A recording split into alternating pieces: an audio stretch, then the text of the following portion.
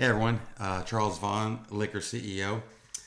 Just a random video that I wanted to throw up. Uh, a lot of calls that we get, emails that we get, stem from a follow up to the initial question is, should I start a brand in 2026? So here we are. Should you start a brand in 2026? There's no doubt it takes a certain grit and dedication to get into this space, and you have to approach it as a business and not so much a hobby. But at the same time, you want that unique craft vibe to it. So it's a delicate balance to get it right. So there are four things to consider when you're making that decision of should you get into the space or not. Number one, the capital that you have available to put to it. Number two, the category you're thinking of getting into. Timing of when it's realistic that you're going to actually get this produced, formulated, produced, developed, and into market, into circulation. And four, realistic expectations. So let's get into it and talk about each one of those 4 points. But before we do that, if you wouldn't mind, would you mind liking, sharing, and subscribing to the channel if you haven't already done so? Sharing is a big thing. If you know anyone that's in the space or you have partners that are in the space that y'all are trying to get into this, please share the video.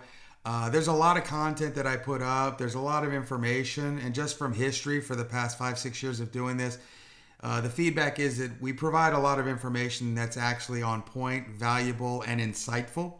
We try to give you as many of the actual answers as possible and not so much just rhetoric.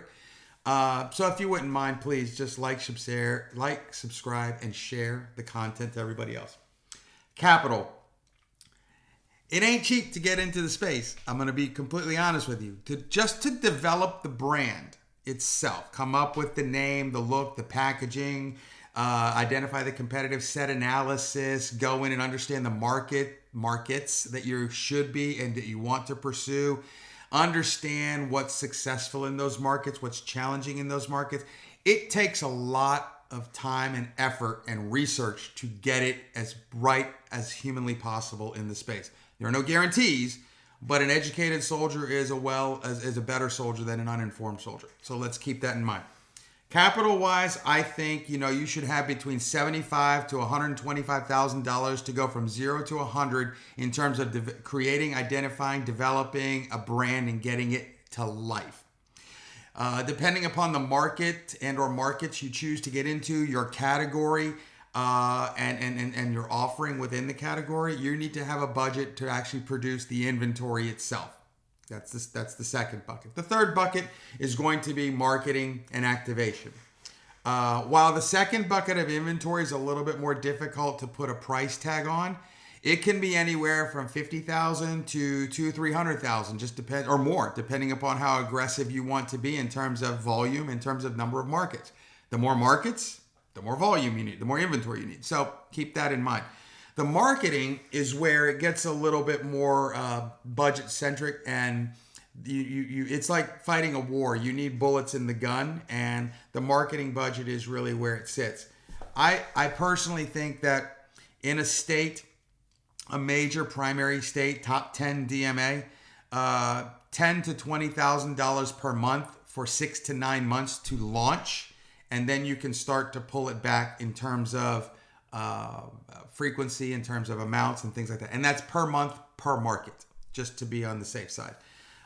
Can you do it for less? Listen, yes. So I don't flood the comments with, oh, that's too much. We can do a grassroots campaign. There's no law. There's no hardcore etched in stone that it has to be this. I'm saying that I've done this for 28 years, and to do a brand and to really go to national scale and to really get out there and set the foundation up the right way to grow on and build upon, these are the numbers that we feel are relevant and consistent with developing a brand. Can you do it for less? Yes. Should you? To be determined, and that's up to you. Pros and cons to everything. Yes, you're saving money, but at the sacrifice of what? Let's go with that. The category. Tequila is a great category. The agave spirits it's a great category. It's getting more and more crowded every day, so keep that in mind. But it's a mover. RTDs, another great category. and you can kind of go into the vodkas, the tequilas, the rums, the whiskeys, the wines, the gins. You can get creative within those. I think the thing to realize about RTDs is a little bit higher proof rather than the 4, 5, 6%ers. I think you need to be in the higher proofs, the 9, 10 plus to really kind of be relevant. I think that's what people are looking for in terms of the proofing. In terms of the offering, really unique offerings, but at the same time not so eccentrically crazy that you kind of are forcing yourself into a little niche lane. So I wouldn't be surprised if a line of consumable different types of flavored old fashions would do well. In the spritzer space, maybe there's something there with different really cool relevant fruit flavors that can be fruit infused spritzers in a can, wine based. Your vodkas, lemonade, your vodkas and such like that, your Sun Cruisers of the world are doing well for a reason. So I think you need to keep in mind with things like that. Timing is where it gets a little bit, I don't want to say tricky, but it gets a little unique. The more complex the spirit, the longer it takes to formulate and get it ready. RTDs require a very hefty formulation that needs to get approved by the government before you even start to go to production. So you need to involve a lab, you need to involve a good ingredients flavor house. Sometimes it's the same. Whether or not it could be or should be is up to discussion. But you need to factor that in. So my theory is if you're trying to do an RTD with about 3 or 4 flavors, you should allow at least 12 months to go from concept potentially to market, possibly 16 to 18 months is where it could be. In terms of like a tequila, I would say 9 months to 12 months. Vodka, 9 months. That's pretty simple to make. You have options in that space.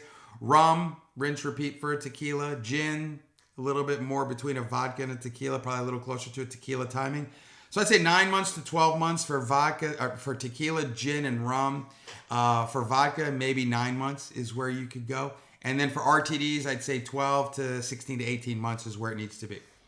And your realistic expectations are, it's not going to be a walk in the park. You are going to have to weather the storm. You are going to have to be prepared for trial and error. You're going to have to be prepared for things that you think will work that are not going to work. You're going to have to constantly be willing to reevaluate, adjust, and reattack. And I think that's just part of the realistic expectations. You're trying to create something new and different that's not out there. You don't know what the market acceptance is going to be. We can have an idea, but we don't know what it's going to be. So let's take that into consideration when we're building our realistic expectations. And by that, I mean, maybe you need to allow this 2.5 to 3 years to really get traction and go. But in those years, you're going to have to put in the work to make it happen. You're going to have to get out there and hit the pavement. You're going to have people working with you. You're going to have to align with the right types of suppliers and distributors. That's a requirement in the tiered system. I just did another video. It's what's it going to take to be successful. You might want to look at that as well, because that talks a little bit about the new landscape of what distributors are doing in the space and what the new roles and responsibilities are between distributor, supplier, and in the collaborative relationship with retailers and ultimately consumers. So take a look at that. As anything, again, I'm Charles, Liquor CEO. I'll put my email address and website in the information below. If you have any questions, if you're a new concept coming up to market, we can help you. If you are looking to take an existing brand and maybe give it a little surge and get it going to the next level, we focus on that as well. Very heavy in the liquor space.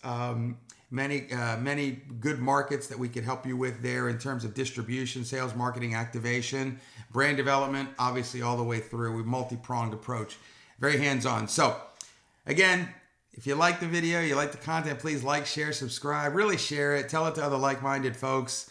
We really would appreciate it. And if there's anything I can do for you, email address is in the box below. Knock it out the park. Let me know. Happy to talk to you personally. Thanks so much. Have a good day and good luck.